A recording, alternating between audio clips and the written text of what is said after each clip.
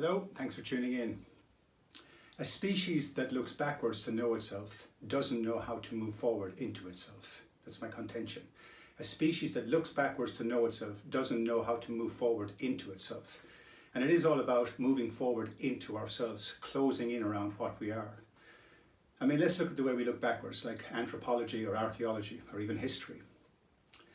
I'm being a little bit flippant about this, but anyway, run with it.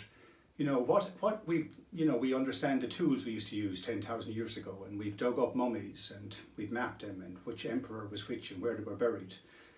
We used pottery once a time. There's evidence of the first time we were empathic and we bandaged up someone's leg, and that's a sign of empathy developing and so on. But it's all loose. It's all loose facts, loose ideas that don't really add up to anything. And when you think about the billions and billions of pounds over the decades that have been spent on archaeology and anthropology, and there's a relative importance to those fields, but what does it all add up to? I think the money should be channeled somewhere else, like to help the people of the world who need food in their bellies, for example. Because if our civilization is wiped out and they look back at us in 10,000 years' time, what will they learn about us? That we use tools, complex tools, and we let people starve, yet we had the means to feed everybody. We let people starve while people build super yachts, okay? What will they learn about us? They'll understand that we are certainly not a species that was grounded in our meta-ontology of mind. That goes without saying. So if you've been listening to me before, I believe evolution, it's not a journey from past to future and onwards. It's a journey inwards. We're a species, we're the only species that seems to have moved on to a different track. And we are developing, we were fish, now we have an alphabet, we use abstract, mathematics and science and so on, and we're at the interface of metaphysics now, trying to understand ourselves in a deeper sense. That means we're trying to close in around something. We're trying to close in around. I mean, for me to know you, I have to close in around what I am. I mean, I can project onto you, but they're projecting ideas of self onto you. And in the aesthetic surface sense, I can see that, men and women, they have arms and legs and face and all the features that make us human and distinguish us from every other creature and so on.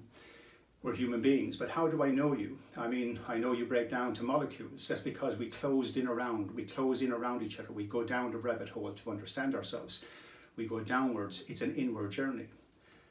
If we were to run back over the history, say, of Kung Fu, you could learn all about the Kung Fu masters, but it doesn't teach you Kung Fu. In much the same way, we could look at the history of automobiles. We could move back and you could know the entire history of automobiles, every little step that brought us up to the modern car and the modern airplane and so on. But it doesn't make you a car mechanic. It doesn't make you a mechanic. To become a mechanic, you have to close in around something. You have to internally move in around the structure of mechanics to embody it. And so it's all about embodying what we are. If our civilization was, wiped out and they look back at us, what will they say of us? I mean, there's a genocide going on in Gaza on this day. What have we learned through the historical lens? This old cliche, we don't understand history, we're deemed to repeat it. But, we understand so many loose facts about history, and they are just loose facts. About World War II and all the dynasties of China and the Roman empires, all the Persian empires and everything, all the variables. But what has it taught us about ourselves? We're still at war, people are still starving, we're still bombing children, we're still melting children. What does it say about our mindset? Have we really closed in around what we are? Okay, have we really closed in? So that's what I mean about if we keep looking backwards, it doesn't seem to really, it's a bag of loose ideas, but it doesn't seem to ground us in anything. Yes, it can tell us we lost languages, many different languages have been lost. And like I said, it can tell us about the emperors of the past, and so fucking what, okay? So what? That guy wore a hat, and that guy wore a hat, and that guy didn't. What are we really searching for by looking backwards? And there's a certain novelty, like I said, there is a certain novelty to knowing certain aspects of the past, but it's just novelty. So yes, if you want to move forward into Kung Fu, you have to embody it. You have to close in around all the variables of Kung Fu and embody it.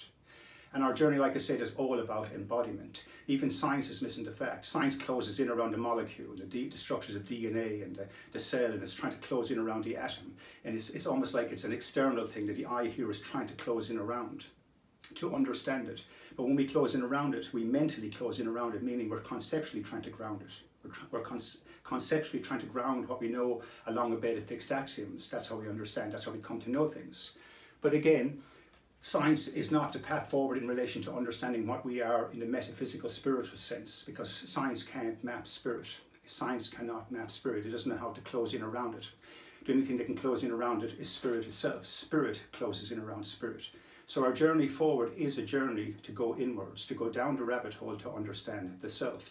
And I continuously wax lyrical about these modes, because these modes, when you close in around them, when you close in all the modes as a constellation set unto themselves, when you see all the modes that I use, you know, as a constellation set, and you embody them, that's something you're closing in around yourself. And the more we close in around ourselves, the more complex we become, the more of the complex we see, complex now. It's not just about being in the now, it's about being in the now complex, to intuit the now complex, embody its systemic shape. Okay, that's through the abstract lens. Okay, so you can move in around that. That is something of you and me, and I understand that in me, because the closest the main access I have to this reality is self. That stands for goes without saying. That's the case for everybody. Your main way to tap into this world is through mind, is to try and reach the bottom of the mind and understand what it's plugged into, understand how it's structured around reality, so you can embody it whole and become it. Okay, and the further in along we go, you know, the answers are in moving forward into ourselves. Like I said, look at Gaza, look at Palestine, look at Israel. I mean, there's no such thing as a Jew or a Palestinian or an Irishman or a man or a woman. Okay, we're a spiritual entity moving forward through this biological channel, trying to move forward into itself so it can embody itself total. Okay, so it can ground itself in its total ontology. And you know, the journey back to God, and we are God, the spirit that is coming through us, I believe that's what God is. I mean, that's a phenomenal version of God if you've been listening to my work. This all-seeing, this one ring to rule them all, this one systemic eye to rule it all, this one systemic eye that can embody all fields of knowledge, whether it's kung fu or history or anthropology or astrology or fucking science or chemistry, whatever it wants to embody, spirituality. That's the biggest field of all. That's the spiritual lens that embodies all fields out here. It systemizes to synthesize to know.